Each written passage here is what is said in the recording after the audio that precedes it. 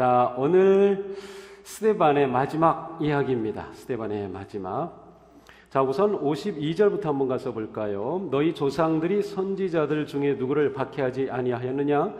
의인이 오시리라 예고한 자들을 그들이 죽였고 이제 너희는 그 의인을 잡아준 자요 살인자가 되었다. 스데반의 설교의 마지막입니다. 너희가 의인을 죽이고 살인자가 되었다. 너희 살인자야. 쉽게 말하면 이렇게 설교의 결론을 낸 겁니다. 너희가 살인자야. 너희가 그리스도를 죽였어. 너희가 의인을 죽였다. 너희가 하나님이 보내신 자를 죽였다라고 그들을 향해 직격탄을 날린 것이죠.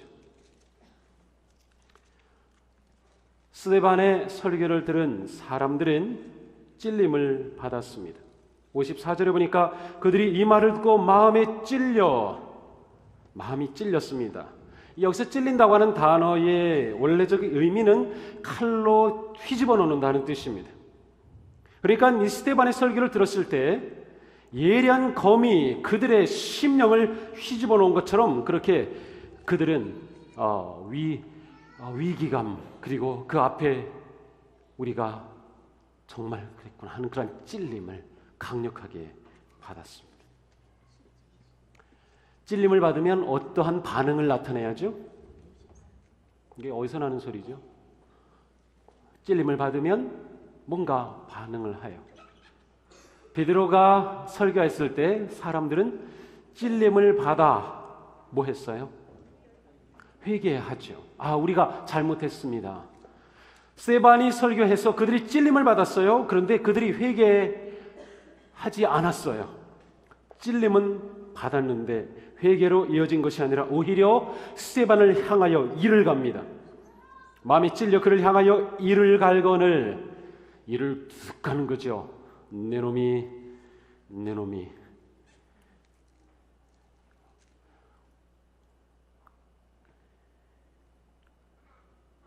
똑같은 말씀을 들어도 찔림을 받아도 베드로의 설교를 듣고 우리가 어찌할꼬 하면서 회개하여 나온 사람들이 있는가 하면 말씀을 듣고 찔림을 받았지만 오히려 자기 정당화하고 자기를 지키고 자기가 옳았다고 거꾸로 주장하면서 말한 사람을 죽이려고 이를 가는 그런 반응이 나옵니다.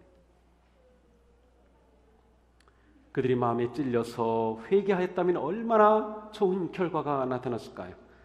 그런데 그들이 이를 갈고 있습니다. 스데반은 설교하면서 이 모습을 다 보고 있겠죠. 그들의 표정만 봐도 알죠.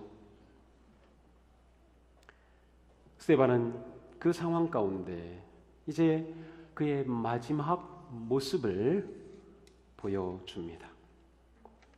스데반이 성령이 충만하여 하늘을 우러러 주목하여 하나님의 영광과 및 예수께서 하나님 우편에 서신 것을 보고 말하되 보라 하늘이 열리고 인자가 하나님 우편에 서신 것을 보노라. 스데반은 성령이 충만하였어요.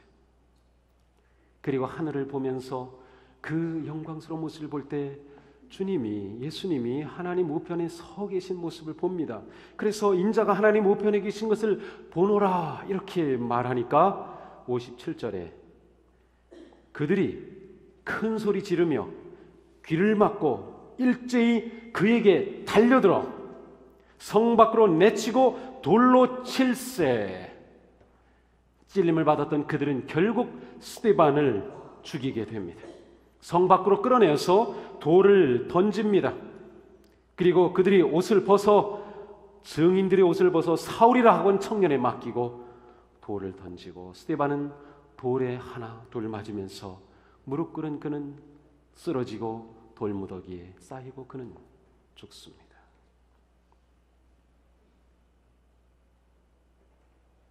스데반이 마지막으로 남기죠. 스데반이 부르짖어 이르되 주 예수여 내 영혼을 받으시옵소서 하고 무릎을 꿇고 크게 불러 이르되 주여 이 죄를 그들에게 돌리지 마옵소서 이 말을 하고 자니라. 스데반은 순교합니다. 스데반 집사는 하나님께로 갔습니다. 이렇게 스데반을 죽인 자들은 소위 종교 지도자들이었고 그들 가운데에는 사울이라고 하는 청년이 있었습니다. 8장 1절 초반절입니다. 사울은 그가 죽임당함을 마땅히 여기더라. 옷을 맞고서 그것을 지켜보던 사울은 내 놈 제일 제대로 죽었다. 잘 죽었다. 그럼 너 같은 놈 죽어야지.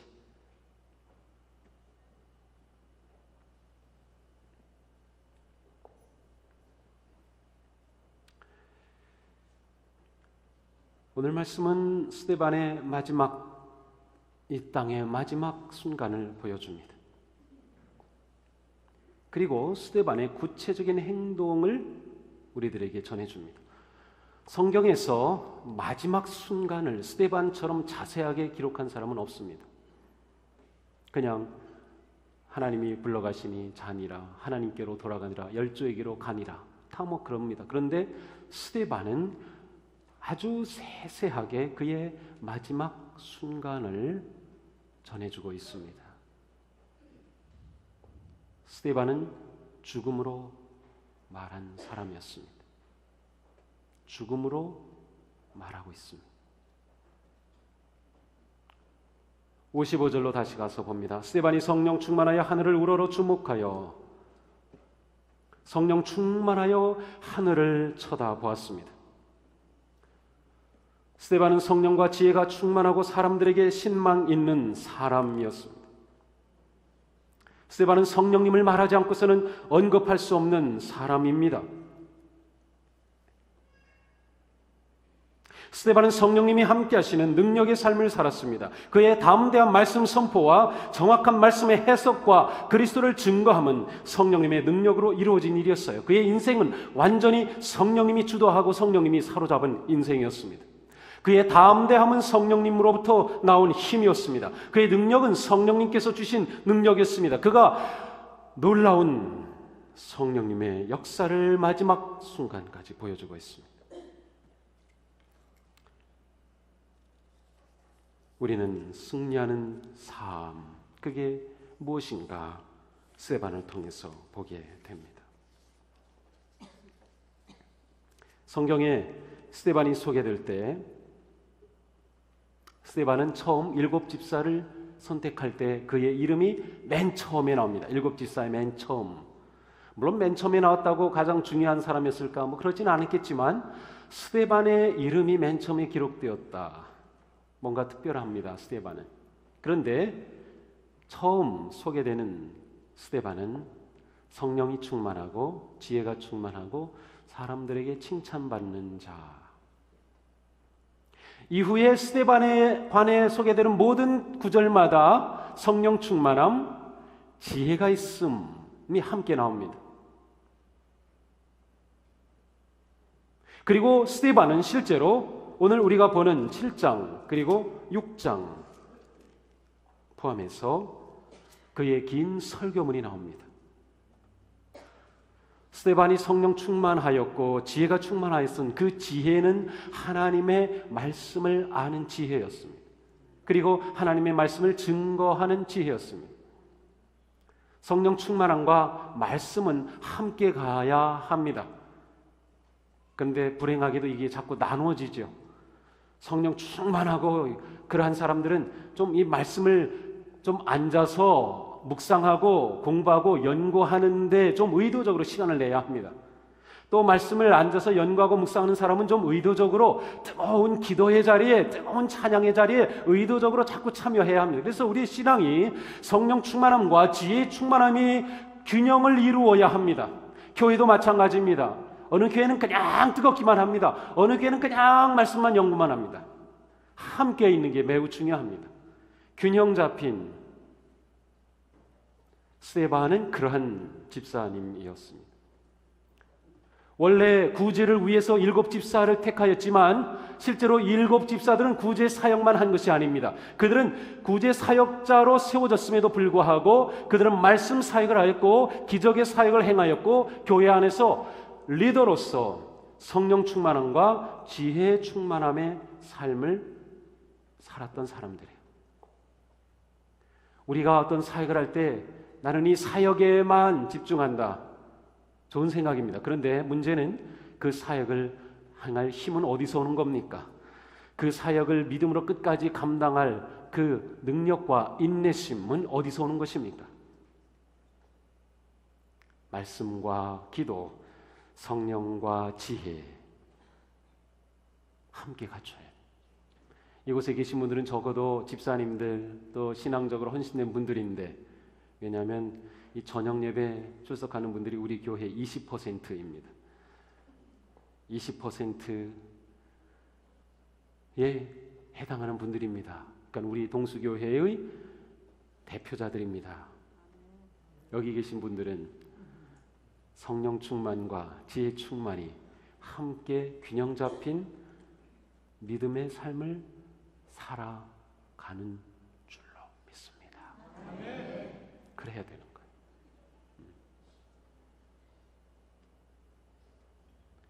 내 성향이 있고 다른 사람이 있고 함께 받아주는 게 필요하죠. 스데반의 삶은 성령님의 충만한 능력의 삶이었습니다.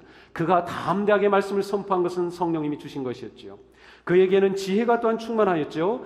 스데반이 보여주는 말씀의 탁월함, 그것은 그가 얼마나 성령님과 함께 지혜로운 삶에 헌신되는가를 잘 보여줍니다.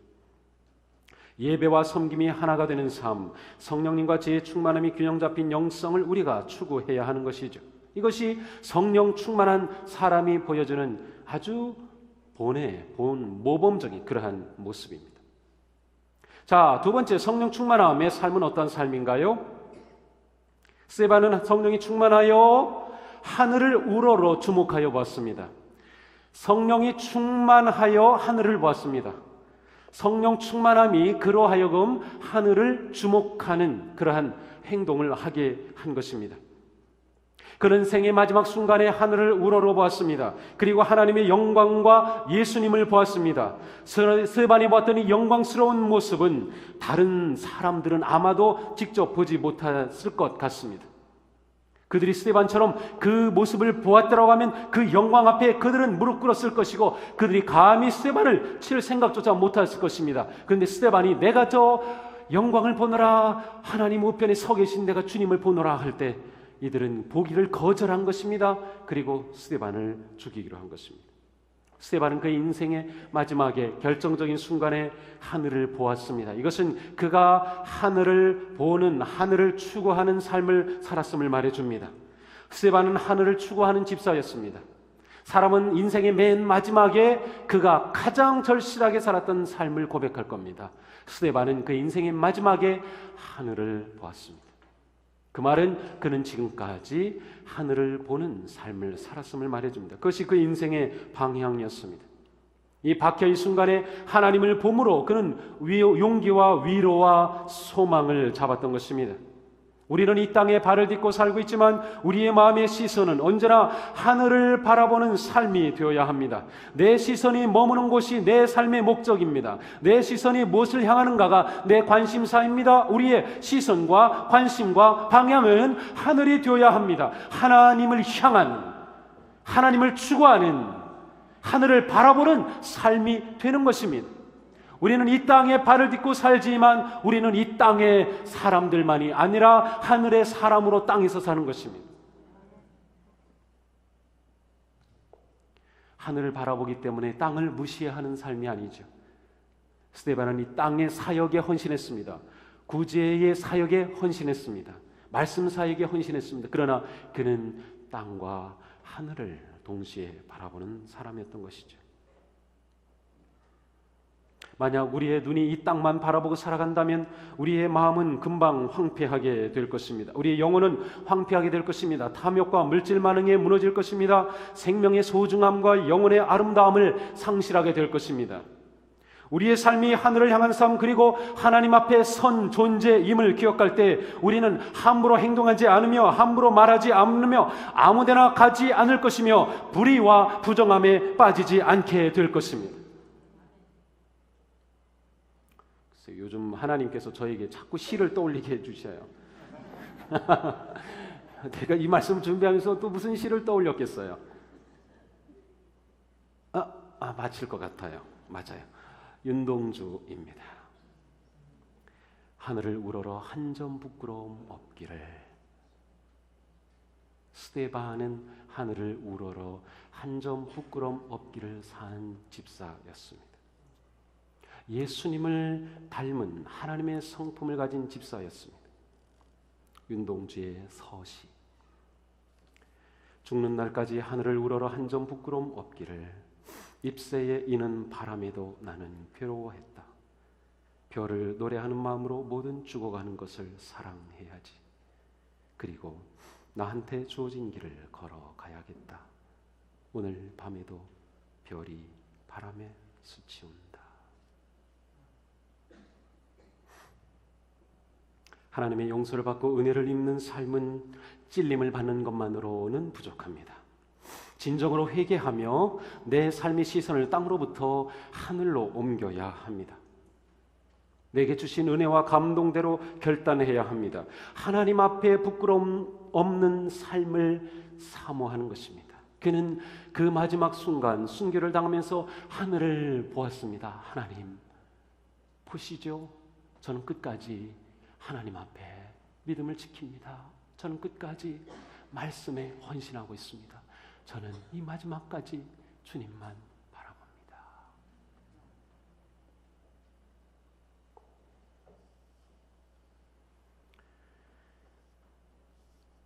스데반의 마지막 말이 무엇입니까?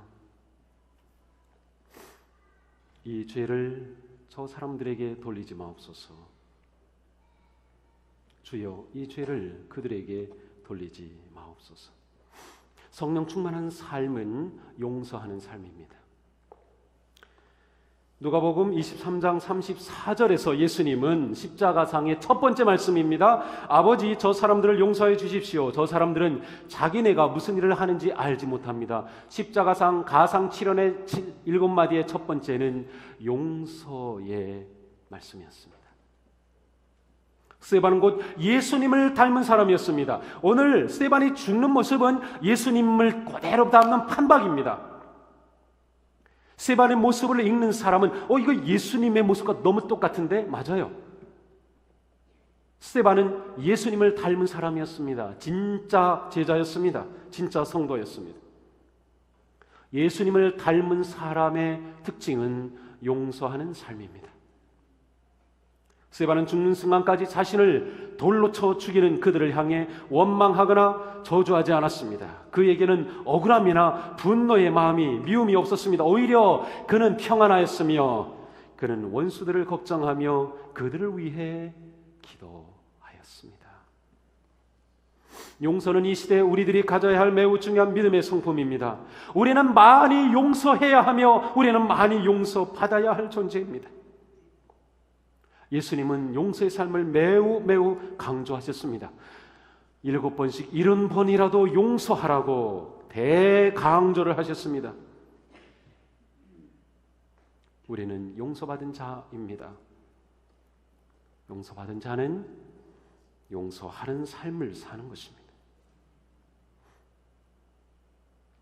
용서는 내 마음에 평화를 줍니다. 용서하면 내가 살아납니다. 용서함은 내가 살아가는, 살 수 있는 길입니다.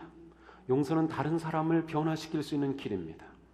스데반은 예수님을 그대로 닮았기에 용서하였습니다. 용서함 없이 예수님 닮는 것은 불가능합니다. 용서하지 않고 예수님 닮을 수 있다고 생각하시는 분 손 들어보세요. 용서하지 않고 예수님 닮을 길이 있나요? 없습니다.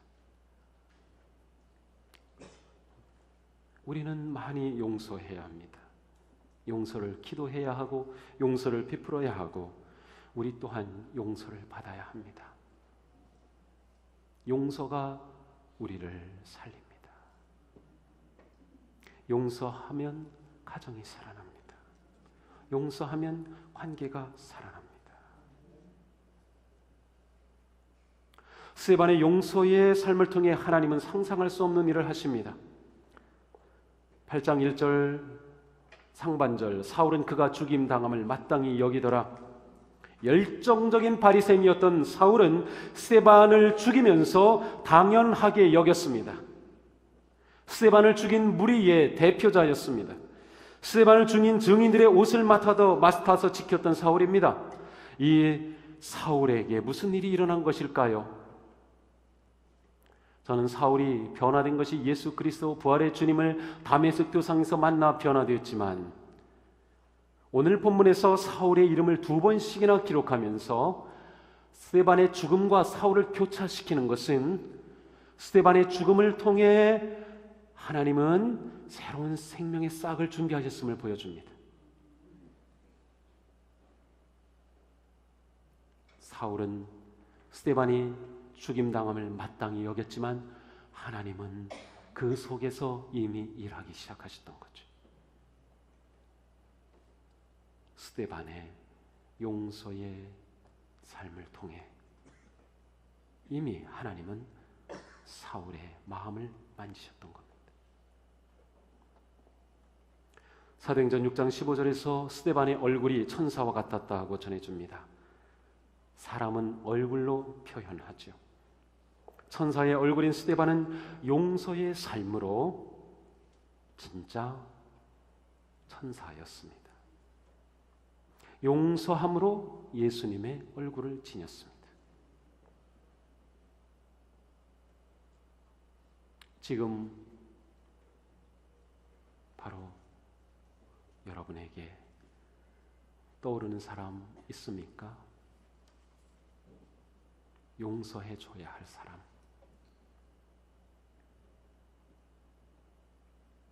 용서하십시오. 그거 붙잡고 힘들어하지 말고. 용서가 주님을 닮는 길이라니까. 내가 어떻게 그걸 용서해? 내가 당한 게 얼마나 분하고 억울한데 나보고 용서하란 말이야? 내가 그놈이 그대로 복수당하는 거 보고 싶어. 우리에겐 다 그러한 정의로운 마음이 있지만 그 정의로운 마음은 용서 앞에 무너져야 합니다.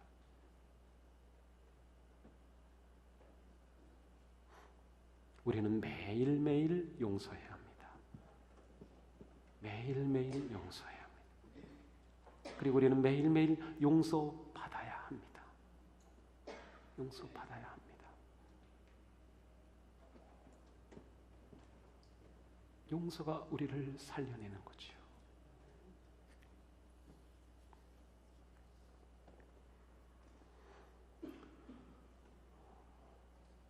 스데반은 예수님을 우러르며 주님께 맡기죠.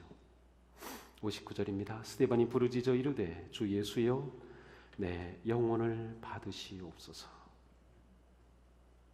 스데반은 자신의 영혼을 하나님께 주님께 맡깁니다. 주님께 드렸습니다. 영혼을 주님께 맡긴 사람은 자유합니다. 영혼을 주님께 맡긴 사람은 진정한 용기를 가지고 있습니다. 영혼을 주님께 맡긴 사람에게는 두려움이 없습니다. 용기를 가질 수 있고 두려움을 몰아낼 수 있는 것은 영혼을 주님께 맡김에 달려 있습니다. 우리가 우리의 영혼을 온전히 주님께 맡긴 삶을 산다면 우리의 모습은 많이 달라질 겁니다. 우리가 우리의 영혼을 주님께 맡겼다고 하면 우리의 인생은 분명히 달라질 거예요.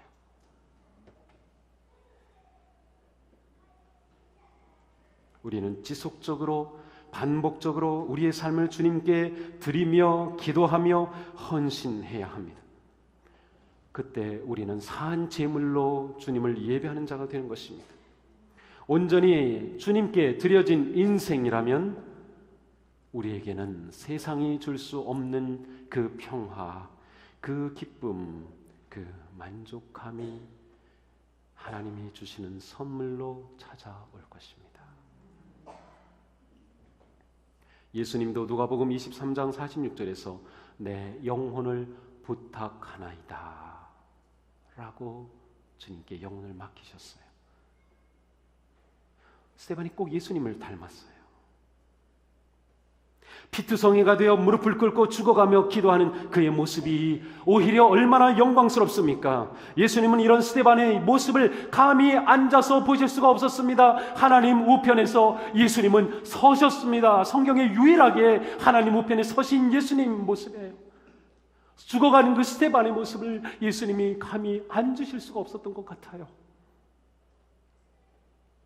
내가 나로 인하여 죽는구나. 네가 어쩌면 나하고 똑같이 그렇게 죽어가니. 예수님은 그 자리에 서서 스데반의 죽음을 받으시고 그의 영혼을 받아주셨습니다.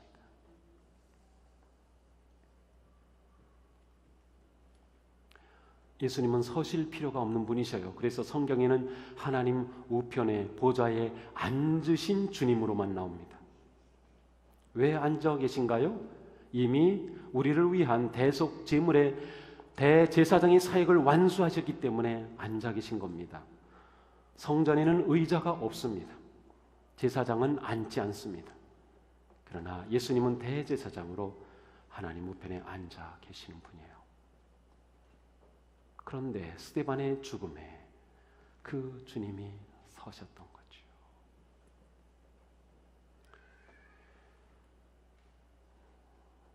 스데반은 그렇게 주님의 품에 영원히 안겼습니다.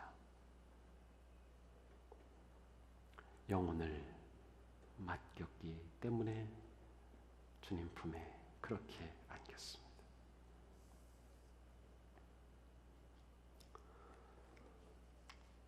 스데반을 닮고 싶은가요? 아유, 그런 스데반 나 못 닮겠어. 그러면 마음의 찔림은 받지만 변화는 안 된 그 누구와 같은 것입니다. 이곳에는 우리 모두가 스데반처럼 성령 충만한 성도가 되기를 축복합니다. 늘 하늘을 주목하는, 하늘을 바라보는 삶이 되기를 원합니다. 주님을 닮아 용서하는 삶을 살기를 원합니다. 영혼을 주님께 맡긴 삶, 그 복된 삶이 되기를 축복합니다. 이 시간 우리 다 같이 기도합시다.